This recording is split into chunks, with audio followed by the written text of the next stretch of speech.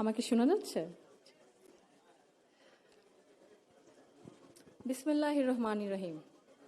শ্রদ্ধেয় প্রধান অতিথি জনাব আমির খসরু মাহমুদ চৌধুরী, সম্মানিত অতিথিবৃন্দ, আসসালামু আলাইকুম।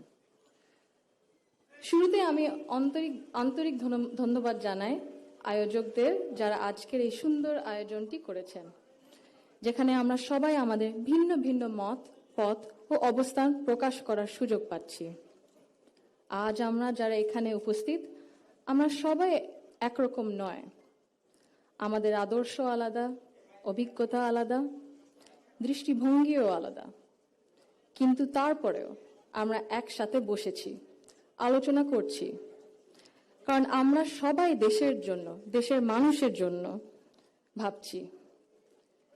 আর এই ভিন্নতা নিয়ে একসাথে কথা বলছি, একের পর এক শুনছি, এটাই গণতন্ত্রের আসল সৌন্দর্য। আমার আগে যারা সম্মানিত প্যানেলিস্টরা কথা বলেছেন, তাদের সবাইকে আন্তরিক ধন্যবাদ জানাই।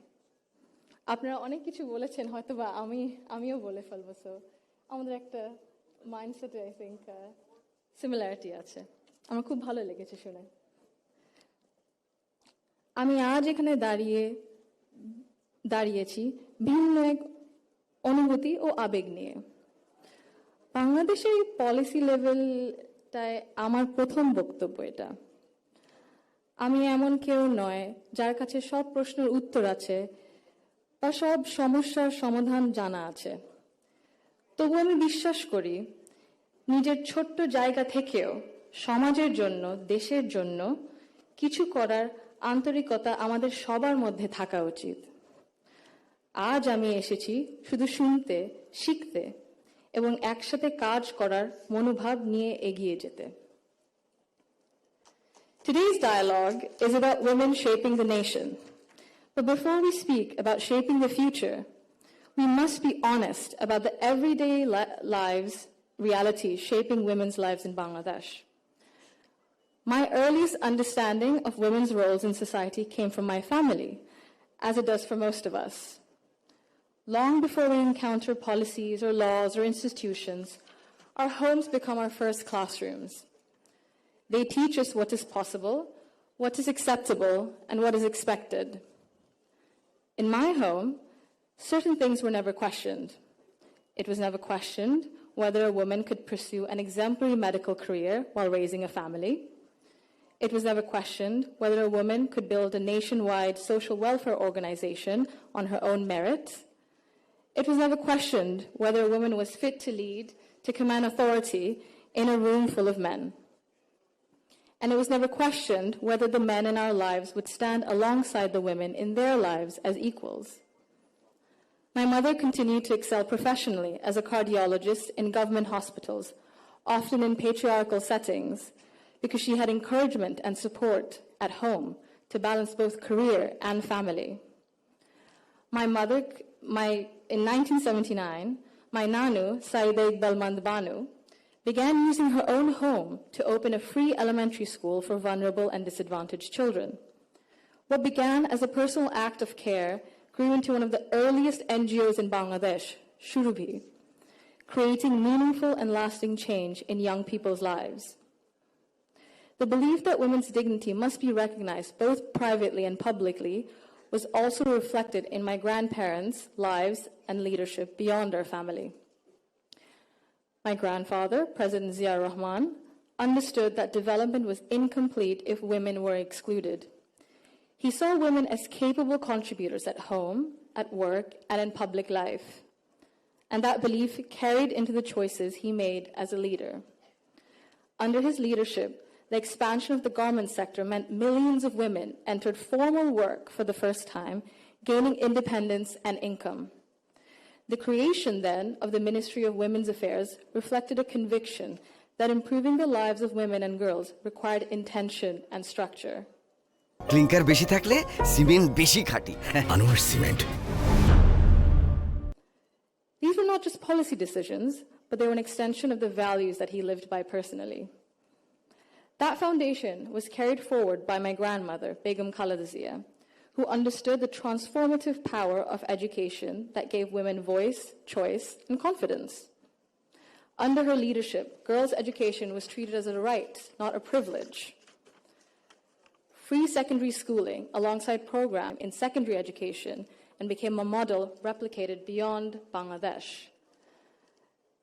আমি যদি একটু সময় নিয়ে অ্যাকচুয়ালি একটা ঘটনা মনে এসেছে দাদুর ব্যাপারে এটা বলতে বলতে দাদু যখন আমাদের সাথে লন্ডনে ছিলেন গত বছর প্রথমের দিকে উনি যখন এসেছিলেন তখন হাসপাতালে ছিলেন কিছু চিকিৎসার জন্য ওখানে বিভিন্ন দেশ থেকে নার্স ছিল ডাক্তার ছিলেন এবং একটি নার্স ছিলেন নাইজেরিয়া ওয়েস্ট আফ্রিকাতে আম্মা আব্বা একদিন দাদুকে সকাল সকাল দেখতে গেছিল তো নার্স তারপরে বললেছে যে ও আমি তো আপনার মাকে চিনেছি আম্মু আব্বু বললো কিভাবে আপনার মাই প্রথম ইলেক্টেড প্রাইম মিনিস্টার বাংলাদেশের না আম্মু আব্বু তো অবাক হ্যাঁ আপনি কিভাবে জানেন তো নার্স তারপরে বললো যে আপনাদের যে উনি যে এত কিছু করেছেন এই মেয়েদের শিক্ষার জন্য specially primary education food for education cash for education এগুলো আমাদের সরকার ওই 35-30 বছর আগে দেখে ইমপ্লিমেন্ট করেছিল আর ওই কারণে লক্ষ লক্ষ মেয়েরা গ্রাম অঞ্চলে ওদের দেশে গ্রাম অঞ্চলে বিভিন্ন জায়গা সদরে এখনো শিক্ষা পাচ্ছে অন্তত প্রাইমারি এডুকেশন লেভেলে সো ভাবলাম একটু শেয়ার যদি করি এখানেই করবো আপনাদের সাথে জি She also understood that education alone was not enough if women were not supported to remain in public and economic life. Supporting women to access credit, build livelihoods, and grow small businesses mattered. So did recognizing the realities of motherhood, of childcare, and that required systems being strengthened around maternity leave and childcare, which she did. That is because women were made to choose between family and participation in the economy. For me, these legacies show the values that I saw both reflected at home and in public.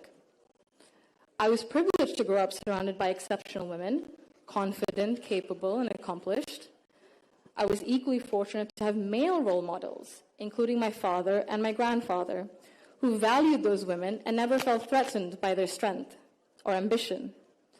In fact, the four most important people in my father's life, in my opinion, have been women for decades. And he has treated them with deep respect and reverence, not as an exception, but as the norm. Because of this, I grew up with what I now recognize was a skewed understanding of society. Living between Bangladesh and the UK taught me something important. Policies and access alone do not create equality.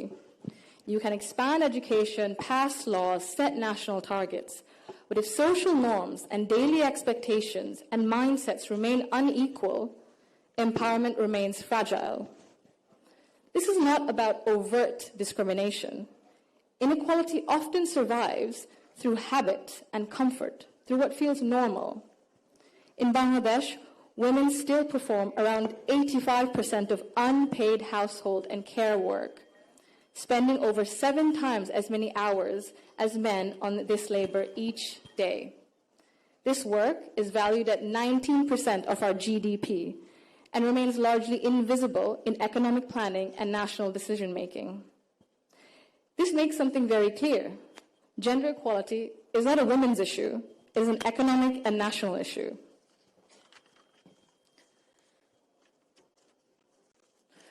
When women carry the bulk of responsibility, their participation in the formal economy suffers.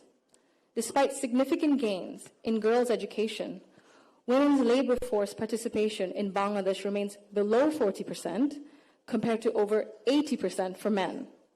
Women are far more likely to step back from paid work after marriage or childbirth, not because they lack ability or ambition, but because systems assume they will absorb the cost. This imbalance begins early. Girls are expected to adjust their ambitions around family needs, while boys are rarely taught that responsibility and care are shared obligations. Over time, this became structural and progress stalls. Women are already leaders, and many of those leaders are in this room today. Women who have carried institutions, families, movements, and communities forward, generation after generation. Bangladesh's progress bears your fingerprints, even when history has not always said your name out loud. This brings me to a central point. Belief means nothing without action. To the men among us, our fathers, our brothers, our sons, our husbands, our colleagues and friends, your support for women's rights matters. Your celebration of women's success matters, but equality cannot survive on words alone. If systems and expectations continue to rely on women's sacrifice as the default, inequality continues comfortably. Fathers, in particular, I believe, have a unique role in breaking this cycle. I'm an only child, and I never was once made to feel that my parents wished for a son instead. My father once scolded someone for even asking that question. He understood that while I was treated with respect and care at home, the world outside would not always be the same. So he made sure that I could navigate it with confidence. What shaped me were not his speeches, but his consistency. Through his daily choices, he showed me what I should expect from the world. This is how change becomes sustained. When men confront in our lives, in our homes, unconscious bias honestly and model their behavior through respect and action, they create space for women, not just to survive, but to thrive. In Bangladesh, the cost of inaction is visible. Girls' dropout rates sharply rise during adolescence. Women in public life, in leadership, face harsher judgment. In Bangladesh alone, there's a statistic that 78% of women have faced harassment online, primarily from Facebook. Education and opportunity collapse if inequality at home and in mindset remains untouched.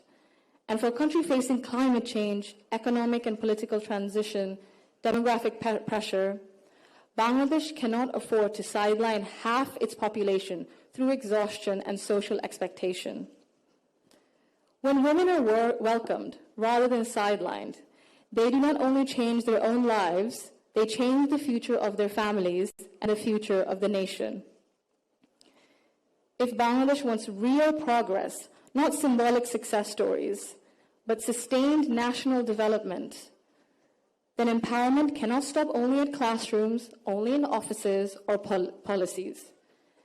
They must reach our homes, our institutions, and our mindsets. And it must be the responsibility of all of us. I thank you all for engaging in an inclusive dialogue today that reflects the true spirit of progress. Thank you. Thank you so much for your valuable opinion and remarks, Barrister Zaima Rahman. May I kindly request you to be seated on the stage with us.